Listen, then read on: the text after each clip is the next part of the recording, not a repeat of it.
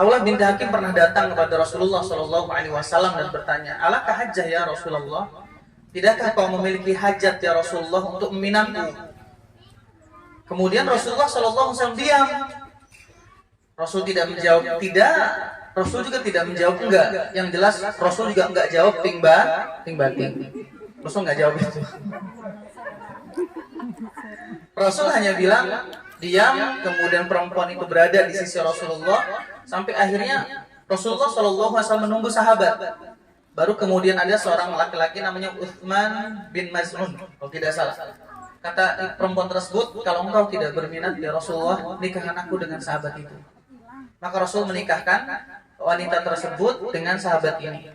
Jadi Masya Allah, pelajaran mahal untuk kita hari ini. Ternyata peristiwa ini pernah diceritakan kembali oleh Anas bin Malik kepada seorang putrinya. Sampai putrinya mengatakan, apa bahasa dalam bahasa Arabnya itu, kalau bahasa putrinya Anas bin Malik itu keras banget bahasanya. Kata bahasanya anaknya Anas bin Malik dengan kalimat, ma'aqallah haya'aha wa aswa'ataha wa aswa'atahu.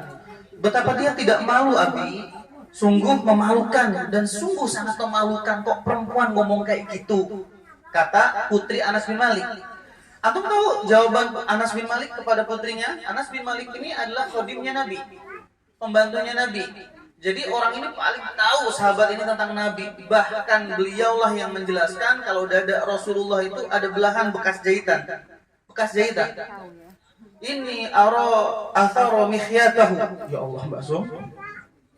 Saya melihat efek bekas jahitannya itu ada di dada Rasulullah SAW. Karena saking Anas bin Malik itu punya akses masuk rumah Rasulullah itu lebih dibandingkan sahabat-sahabat yang lain keluar masuk gitu, sehingga bisa melihat bagian tubuh Rasulullah yang tidak sahabat lihat, bekas dadanya gitu. Kata Anas bin Malik apa kepada putrinya tadi? Dia khairum minki. Dia lebih baik daripada kamu. Rahibat fin Nabi sallallahu alaihi wasallam fa'aradat alaihi nafsaha. Kata Anas bin Malik, sesungguhnya dia itu lebih baik daripada kamu. Dia lebih baik daripada kamu. Dia ingin dinikahi Nabi Shallallahu Alaihi Wasallam dan menawarkan dirinya untuk Nabi. Sebab selama ini perempuan selalu merasa paling benar, tapi sering sekali salah memilih laki-laki. Nggak usah garuk-garuk deh, nanti ketahuan. Merasa paling benar, tapi sering salah memilih laki-laki. Sehingga banyak orang yang sudah berumah tangga sangat panjang baru menyesali. Kalau ternyata salah pilihanku memilih seorang suami seperti ini, salah ternyata aku memilih dan mentaati seorang imam seperti ini. Ini masalahnya. Makanya kenapa anaknya Anas bin Malik ditegur oleh Rasulullah, oleh Anas bin Malik dengan kalimat, iya, khairum minki, dia lebih baik daripada kamu. Sebab perempuan ini tahu laki-laki soleh, laki-laki terbaik yang dia akan berikan ketaatan kepadanya. Maka jangan sampai ada istilah kaum feminisme yang bilang mencintai dalam diam. Ada tetet-tetet yang mencintai dalam diam.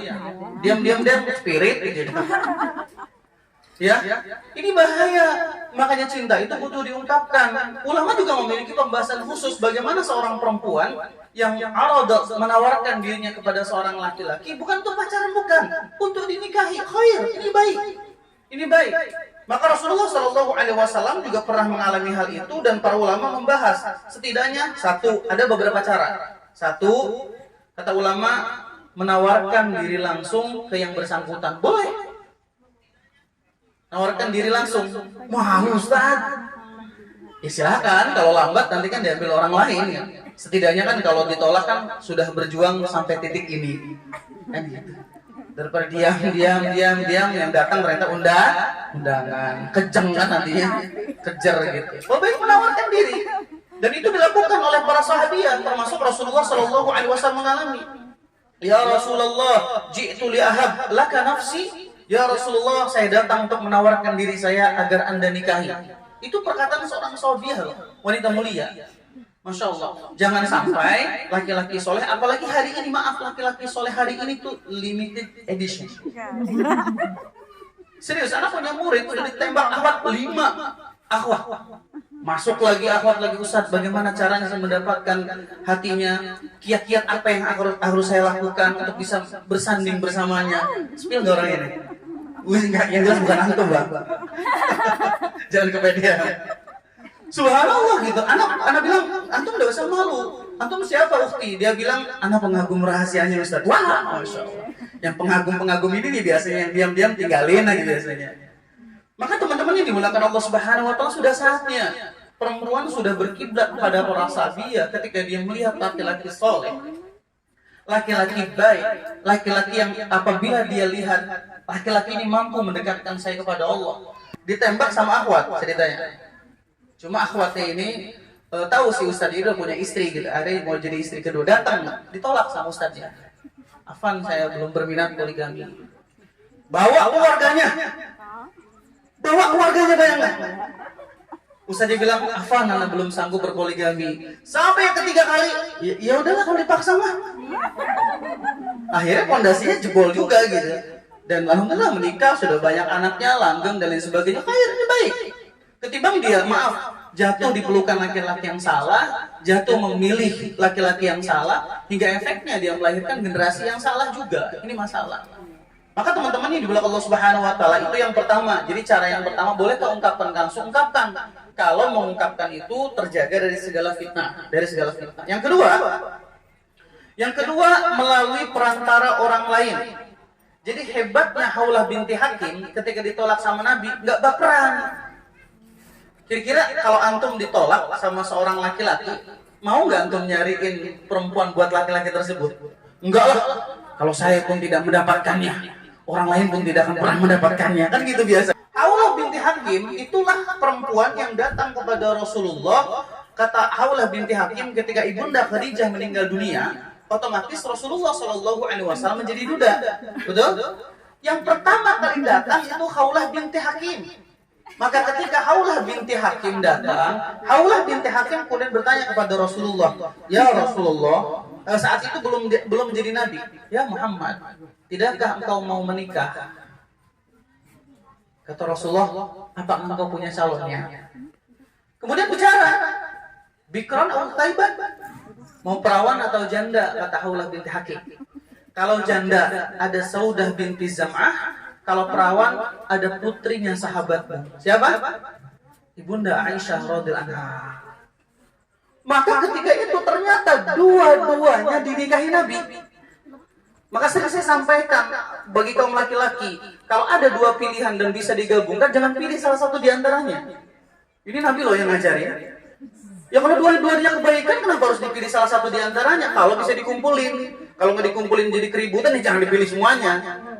Ternyata Rasulullah menikahi Saudah juga menikahi Ibunda Aisyah. Kalau selama ini alasannya Ibunda Aisyah lebih dicintai dibandingkan istri yang lain gara-gara muda, itu salah. Karena yang muda, yang cantik-cantik juga banyak istri Nabi selain Ibunda Aisyah. Satu, lihat kasusnya Ibunda Sofiyah. Ketika Ibunda Sofiyah datang ke kota Madinah, istri-istri Nabi lain mengucapkan selamat, sahabiah mengucapkan selamat. Ibunda Aisyah itu masuk dalam kondisi cemburu. Melihat Ibunda Sofiyah bebanting, kata Ibunda Aisyah, alah, cuma wanita Yahudi. Lah, dia bukan Yahudi, dia muslimah, kata Rasulullah SAW. Artinya, ketika Ummu Salamah pun dinikahi Nabi, Ibunda Aisyah tuh tanya sama Hafsah, ya Hafsah, betulkah Ummu Salamah itu cantik? Apa kata Ummu Salamah? Enggak, kamu aja yang lagi cemburu gitu. Padahal sama-sama istrinya loh. Ternyata pas dilihat, ternyata Ummu Salamah cantiknya luar biasa. Ternyata di antara sekian alasan Ibunda Aisyah itu begitu dicintai Rasulullah SAW, Ibunda Aisyah adalah wanita pelipur laranya Rasulullah SAW. Di saat menikah dengan Ibunda Khadijah, menjalankan puluhan tahun bersama beliau, hingga akhirnya berpisah, Rasulullah dihujani dengan celaan, diintimidasi. Rasulullah hatinya sedang sakit ketika itu. Maka Rasul menikahi dua perempuan. Pertama kali yang diakad adalah Ibunda Aisyah. Walau di usia 6-7 tahun kata para ulama, diakad doang. Nanti digauli di usia 9 tahun baru satu gabung, satu tempat tinggal. Sebelum itu baru kemudian Rasul mengkhitbah Ibunda Saudah dan tinggal bersama Ibunda Saudah. Kenapa Ibunda Saudah wanita yang dinikahi Nabi usianya 50 tahun ke atas? Para ulama berbeda pendapat. Ada yang mengatakan alasannya kenapa? Padahal yang muda-muda itu antri pengen Nabi. Kenapa Nabi menginginkan Saudah binti Zam'ah? Alasannya karena Saudah binti Zam'ah bisa menggantikan figur Ibunda Khadijah radhiyallahu anha untuk membimbing dan merawat anak-anak Rasulullah SAW. Lah kebayang kalau langsung nikah kemudian tinggal bareng